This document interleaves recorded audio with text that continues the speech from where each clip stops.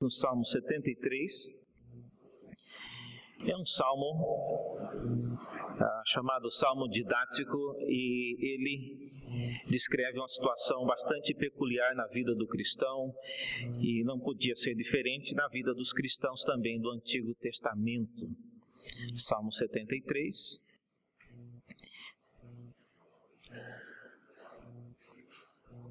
Diz assim a palavra de Deus: com efeito, Deus é bom para com Israel, para com os de coração limpo.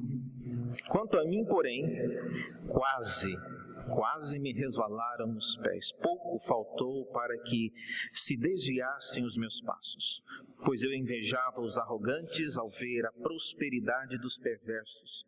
Para eles não há preocupações, o seu corpo é sadio e nédio. Não partilham das canseiras dos mortais, nem são afligidos como os outros homens. Daí a soberba que os cinge como um colar, e a violência que os envolve como um manto. Os olhos saltam-lhes da gordura, do coração brotam-lhes fantasias, motejam, falam maliciosamente, da opressão falam com altivez.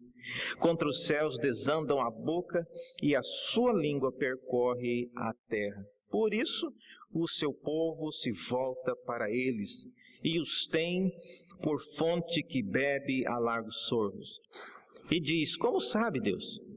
Acaso há conhecimento no Altíssimo? Eis que são estes os ímpios, e sempre tranquilos, aumentam suas riquezas. Com efeito, inutilmente conservei puro o coração e lavei as mãos na inocência, pois de contínuo sou afligido e a cada manhã castigado. Se eu pensar em falar tais palavras, já aí teria traído a geração dos teus filhos. Em só refletir para compreender isso, achei muito pesada a tarefa para mim.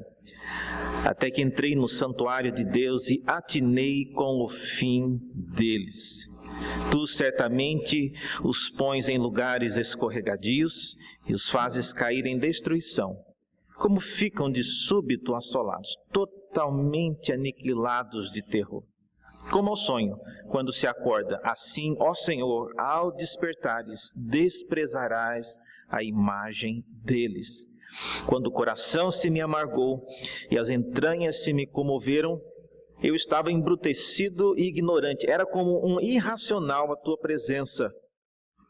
Todavia, eu estou sempre contigo, tu me seguras pela minha mão direita, tu me guias com o teu conselho e depois me recebes na glória. Quem mais tenho eu no céu? Não há outro em quem eu me compraza na terra, e ainda que a minha carne e o meu coração desfaleçam, Deus é a fortaleza do meu coração e a minha herança para sempre. Os que se afastam de ti, eis que perecem, e tu destróis todos os que são infiéis para contigo. Quanto a mim, bom é estar junto a Deus. No Senhor Deus ponho o meu refúgio para proclamar todos os seus feitos. Até aqui a palavra do Senhor. Vamos orar? Muito obrigado, Deus, pela tua palavra. Ensina-nos por meio dela, e que o teu Espírito, o mesmo que inspirou-a, possa nesta hora trazer entendimento aos nossos corações. Em nome de Jesus. Amém. Nós vimos na semana passada que este salmo é um salmo chamado didático, porque ele inicia com uma conclusão já. O assunto que ele trata é um assunto delicado, polêmico, fácil de ser mal compreendido, porque o salmista ele está, na verdade, observando a vida dos ímpios, daqueles que oficialmente e abertamente declaram não terem nada com Deus e não querem nada com Deus e também não acreditam na importância e na necessidade, na visão dos ímpios, de perderem o tempo dentro de uma igreja. É isso que eles acham, uma grande perda de tempo. E Asaf está observando a vida dessas pessoas. E ele começa a descrever e mostra que ele, na verdade, começou a invejar, ou seja, olhar com um certo desejo de ter aquilo que aquelas pessoas tinham. Mas porque essa caminhada e essa descrição é longa, ele já inicia o Salmo dizendo que Deus ele é bom para com os que têm coração limpo. Ele já deixa bem claro a conclusão dele. Porque o caminho que ele vai seguir agora é um caminho bem escorregadio, e nós vimos semana passada um pouco sobre isso. Hoje eu queria falar sobre o momento quando o salmista ele muda de ideia. E o que é que causou ele mudar a sua opinião a respeito dos ímpios e da vida das pessoas que não temem a Deus, das pessoas que não apenas não temem, mas elas fazem questão de comentar e de criticar a vida daqueles que andam nos caminhos do Senhor. Então não é apenas um incrédulo que vive a sua vida sossegado em sua casa. É um incrédulo que sente o prazer em fazer gracejo, fazer gozação com a piedade dos filhos de Deus. Eu li esta semana um relato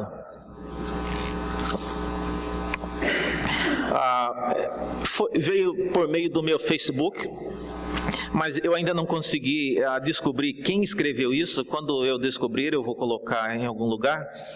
Mas a primeira fonte que eu vi é de uma igreja na Hungria, mas pela tradução eu vi que não era deles também. Achei alguém escrito isso em inglês. Mas é um relato de 2 bebês conversando dentro do ventre da mãe, 2 gêmeos.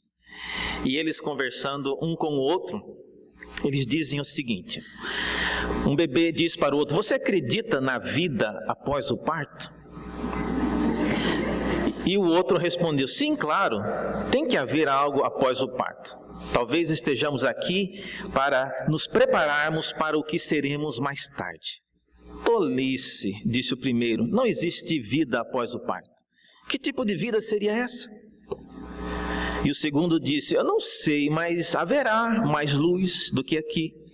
Talvez nós andaremos com as nossas pernas e comeremos com as nossas bocas. Talvez teremos outros sentidos que não entendemos agora. E o primeiro respondeu: isso é absurdo. Andar é impossível. E comer com as nossas bocas? Ridículo. O cordão umbilical nos supre a nutrição e tudo o que precisamos. Mas o cordão umbilical é tão curto. E a vida após o parto é tão comprida e a exclusão é lógica. Não deve haver vida após o parto. Mas o segundo insistiu: bem, eu acho que há algo e talvez é diferente daqui. Talvez nós não precisaremos desse cordão físico mais. E o primeiro respondeu: tolice. E além do mais, se há vida, porque ninguém nunca voltou de lá para cá. O parto é o fim da vida e após o parto não há nada além de escuridão, silêncio e esquecimento. O parto nos leva a lugar nenhum. Bem, eu não sei, disse o segundo, mas certamente nós conheceremos os nossos pais, a nossa mãe, e ela cuidará de nós. E o primeiro respondeu: mãe? Você acredita em mãe? Isso é absurdo. Se ela existe, onde é que ela está agora? E o segundo respondeu: ela está em todo o nosso redor. Nós somos cercados por ela. E nós somos dela, e nela que vivemos, e sem ela esse mundo não existiria. E o primeiro bebê disse: bem, eu não vejo ela, então é lógico que ela não existe. E o segundo respondeu: às vezes, quando você estiver em silêncio e focar realmente, escutar, você poderá perceber a presença dela e você poderá ouvir a amável voz dela chamando lá de cima. O cenário, irmãos, é interessante e mostra que a perspectiva com a qual você olha o mundo e olha as coisas ao seu redor define bastante a sua esperança e aquilo que você aguarda acontecer em sua vida. Este salmo que nós lemos, parece que o bebê que era mais otimista e que ainda aguardava, mesmo contra algo inexplicável nos seus dias, que é cortar o cordão umbilical, algo grave e bastante dramático, mas para nós mudarmos a nossa opinião de um ponto e mudar para o outro, às vezes é preciso que tenhamos ações radicais como esta. No salmo que nós lemos, o ponto de virada está no versículo 20. 18, 19 e 20 diz o texto que Asaf, ele vinha pensando essas coisas e chegou um momento, versículo 17 em especial, ele entrou no santuário de Deus. Esse foi o ponto em que tudo começou a mudar. Até que entrei no santuário de Deus e atinei com o fim deles. Essa é uma importante informação, porque ela nos mostra várias coisas. Primeiro, qual é a finalidade da igreja? Qual é a finalidade do ajuntamento do povo de Deus? Nós entramos aqui, sim, para louvar a Deus, para prestar-lhe culto. Nós entramos aqui para termos comunhão uns com os outros, mas uma coisa importante que Asaf, ele observa, é que enquanto ele estava no santuário, ele estava pensando na vida daquelas pessoas que ele vinha pensando antes de adentrar o templo. E aqueles pensamentos que ele tinha na cabeça, à medida que ele foi cantando os cânticos na igreja, à medida que ele foi lendo as passagens, à medida que ele foi ouvindo o pregador, aquilo começou a ter uma perspectiva diferente. E diz o texto que foi no templo que ele atinou com o fim deles. É bem verdade que essas pessoas que ele via e invejava não estavam dentro do templo. O que aconteceu então para que ele, ao entrar no templo, ele atinasse para o fim deles? Com certeza algo que ele ouviu da palavra de Deus, alguma instrução que foi dada no meio da comunidade onde ele estava. Porque olha o que ele diz a respeito daquilo que ele entendeu. Ele entendeu que, na verdade, tu certamente os pões em lugares escorregadios e os fazes cair na destruição. Então, a primeira verdade que Asaf ele entendeu sobre a vida daqueles que ele estava olhando é que a vida deles é uma vida escorregadia. A situação e a posição em que eles se encontram é uma posição perigosa, é uma posição que não tem muita firmeza. E mais do que isso, o texto diz que é uma posição estratégica. Deus é quem coloca esse tipo de pessoas em lugares assim, para que a queda deles, para que a situação que eles possivelmente virão a ter que enfrentar, sirva de lição para outros. Olhe comigo, por gentileza, o Salmo 37. Também um salmista, ele caiu no mesmo erro e ele começou a observar demais a vida dos ímpios. E o Senhor Deus tem que também adverti-lo a não ficar olhando demais a vida do ímpio.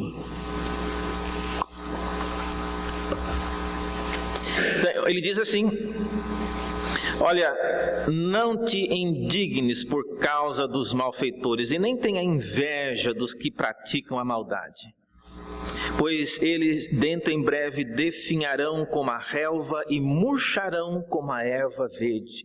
Antes, vocês deviam fazer o seguinte: confia no Senhor, faz o bem, habita na terra e alimenta-te da verdade. Agrada-te do Senhor e Ele satisfará os desejos do teu coração. Entrega o teu caminho ao Senhor, confia nele e o mais Ele fará. Ele fará sobressair a tua justiça como a luz e o teu direito como o sol ao meio-dia. E aí ele diz, olha, descansa no Senhor, espera nele e não te irrites por causa do homem que prospera em seu caminho, por causa do que leva a cabo os seus maus desígnios. Deixa a ira, abandona o furor, não te impacientes, certamente isso acabará mal. Então, esta é a mesma mensagem que Asaf, neste salmo, ele está também tratando. Portanto, irmãos, um ponto importante para que nós lembremos neste ponto aqui é que a vida e a situação que essas pessoas se encontram são situações que mais cedo ou mais tarde tornarão em elemento pedagógico para que Deus nos ensine algumas coisas. Versículo 19 e 20 mostra como é que essas pessoas, elas acabarão sendo alvo do castigo de Deus. Versículos 19 diz que será como se elas fossem acordadas do seu sonho. Diz aí, como ficam de súbito assolados, versículo 19, totalmente aniquilados de terror, como ao sonho quando se acorda. Assim, ó Senhor, ao despertares, desprezarás a imagem deles. Muitas pessoas vivem um sonho. A vida de muitas pessoas é um sonho.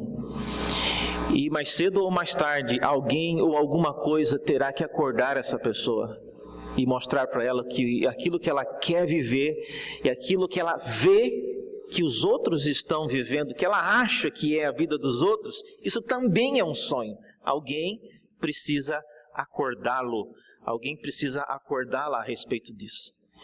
E tem muitas pessoas que não querem ser acordados para essa realidade, preferem viver, preferem crer no sonho a ter que enfrentar a realidade. Mas Deus fala que eles serão despertados. Versículo 19 e 20 diz que será como acordar alguém de um sonho muito profundo. Eles acordarão com pavor, eles acordarão com terror. Mas, finalmente, irmãos, como é que essa pessoa, como é que Asaf, um homem de Deus, chegou a esse ponto de admirar e de invejar a vida de pessoas assim? Veja o versículo 21, ele diz que quando o coração se me amargou e as entranhas se me comoveram, eu estava embrutecido, ignorante, e eu era como um irracional à tua presença. Algumas coisas aqui para observarmos. Aquilo que nós vemos depende bastante da situação em que nós estamos. A semelhança deste diálogo fictício desses dois bebês no ventre, nós também às vezes condicionamos a nossa compreensão à nossa situação atual. O Salmo 73, aqui no versículo 21, diz que o coração do homem foi o primeiro elemento que começou a amargar, e por causa disso, a compreensão daquilo que estava acontecendo também ficou comprometida. Eu morei em outro país, os irmãos sabem, quando eu mudei para cá, eu trouxe uma televisão. Alguém me deu uma televisão, na época era uma televisão grande, hoje não é tão grande assim, é televisão de 29 polegadas. Hoje tem de 70, tem enorme, mas na época era uma televisão boa. E fiquei feliz, ganhei a televisão. A televisão já era velha quando eu ganhei. Já tinha uns 15 anos e agora já tem 10 que estou no Brasil, já tem 25. A televisão está boa, né? Só que ela pesa 700 quilos. Então não é tão